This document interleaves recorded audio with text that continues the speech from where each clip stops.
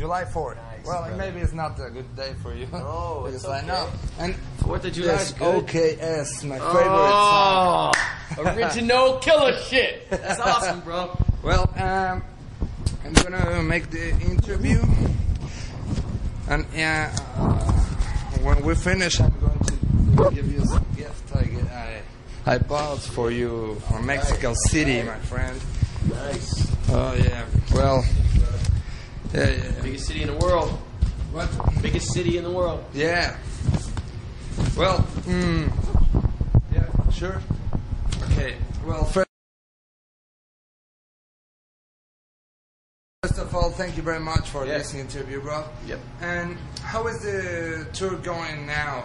Talking about sales and promotions. Oh, it's going spectacular. We just got back from the UK, and you know, we didn't expect very much, and it just turned out to be amazing. Every show was sold out.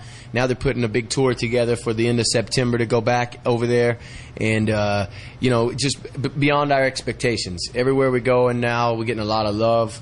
The television, the reality shows keep coming in. The music's going. I got artists like Public Enemy and Chuck D, Flavor Flav, all wanting to do, you know, stuff with me and collaborate, and ICP, of course, and all my big fellas and stuff. So they're still in there, and we're just in there, man, just hanging out and having a good time, enjoying the hell out of this ride. Okay.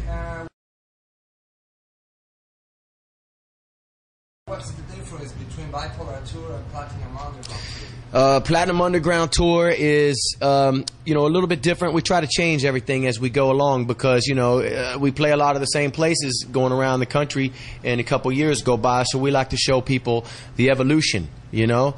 So music is about the expression, and we're trying to, you know, show people, you know, not just the whole life story, but also from the last time you've seen it to be different this time around. You know what I'm saying? So we always got to throw in a little element of surprise.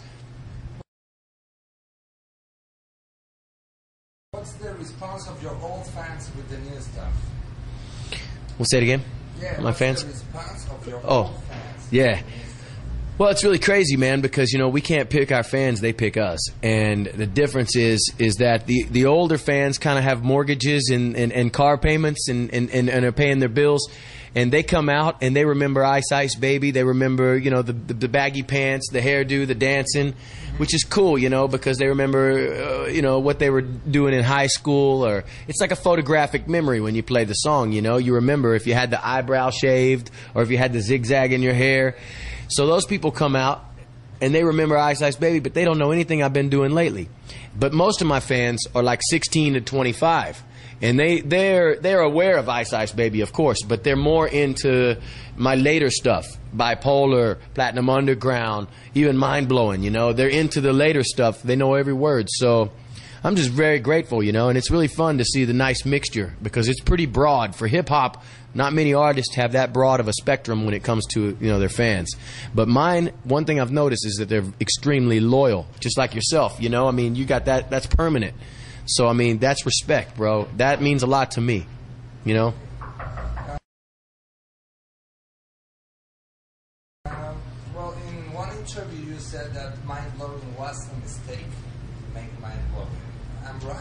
I don't know. Not really. I don't know if it was a mistake. But, I mean, everybody makes mistakes, but mistakes are turned around eventually and teach you something. You know what I'm saying? So I like all my mistakes because if it wasn't for my mistakes, I wouldn't be as strong as I am today.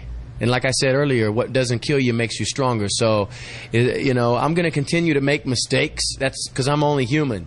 But the thing is that I look back at the music now. I've had therapy since then. So I'm okay with everything now. We are who we are because of who we were. Okay. In Platinum Underground, we can listen to OKS and Detonator again. Why? Oh, because I try to re-release things like that just to throw people for a loop. Also to introduce to other people because I signed to a different label on the two records. So for people who didn't get a chance to hear one, it introduces the other one to them as a continuation. You understand? So I do that to set people off to say, wait a minute. It sparks off interest. It makes them just go back and get the other album. Kind of like Star Wars. You know, they didn't show you part 1, part 2, part 3, part 4, right? It was in sequences. In fact, I think the latest one was like part 2.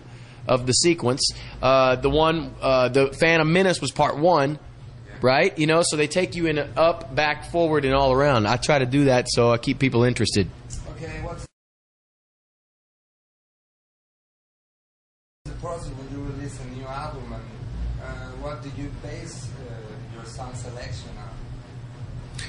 I don't really think about it too much. I just get in there, you know, and vibe and feel out whatever happens. I don't really go in with some preconceived notion about how I'm going to come out with this record, what the vibe is going to be like.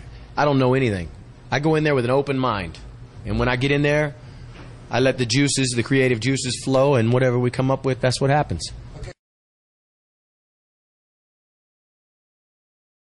Some fans ask me why we have to wait 4 or 5 years to hear another new album of Ice. Well, you better talk to television because it's the reality shows. They're slowing me down, man. Every time I got 4 songs finished right now, I would have been finished a year ago with this record. But I have to do the Surreal Life, Fame Games, and now I got another one coming right now where I got to ride this fucking 1,800-pound bull. So it's just television and all this shit, touring and everything, and I don't have, you know, I'm trying to get in there and make it happen. So.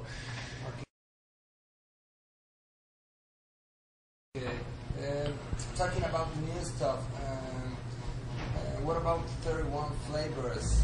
Is that true? Is the name of the new record? No. Maybe, but no. Maybe, but maybe not. It's could be 31 flavors, but it's going to have 31 flavors on it. But I might turn that term into a song, 31 flavors. I think I might name the album Swallow the Nut. So it could change, you know. When I finish it all, I sit back, I relax, and I absorb it. You know what I mean? I absorb it. I let it not. I go, let me figure out the proper name of this. Right now, the album isn't finished, so I don't have the proper name at this point. I have a few that I toss around, and that's a couple of them. So it could even be something completely different by the time it comes out. Okay. You won't know until we see it. Is that true that you are thinking singing Spanish country music or Chinese music? Yes. All of it. Can you talk us about this? Yeah, I'm gonna do like 31 flavors. The concept of that was exactly this: is to have, you know, to show people that there is no law, there is no unwritten law that says I can do this, I can do that, I can't do this, I can't do that. I do whatever the hell I want to do, and I'm gonna prove it by this next record and show everybody. I'm gonna rap. I'm gonna make rap Spanish, Chinese, Puerto Rican, Jew. I don't care what it is. I'm gonna rap every kind of rap I can rap just to show you that, you know, that we can do that. Okay, well, we know that you have some projects. What happened with 7+70? That's the project that kind of died out, man. It wasn't a project. It never was a project. What it was a friend of mine, Danny Spitz from Anthrax, and Nico McBrain from Iron Maiden, just kind of friends getting together and saying, hey, let's try this. It was never meant to be. You know what I'm saying? And we just said, wow, that would be a crazy concept. Let's go see what happens. And we did it, and I don't know how it got leaked out, like onto the internet, but we never even finished mixing it or making the song. It was never completed. So it was never really a project. It was really just a one-day event where we got in and made this song, and it just came out pretty cool, you know? You make only one song? Yeah. Okay.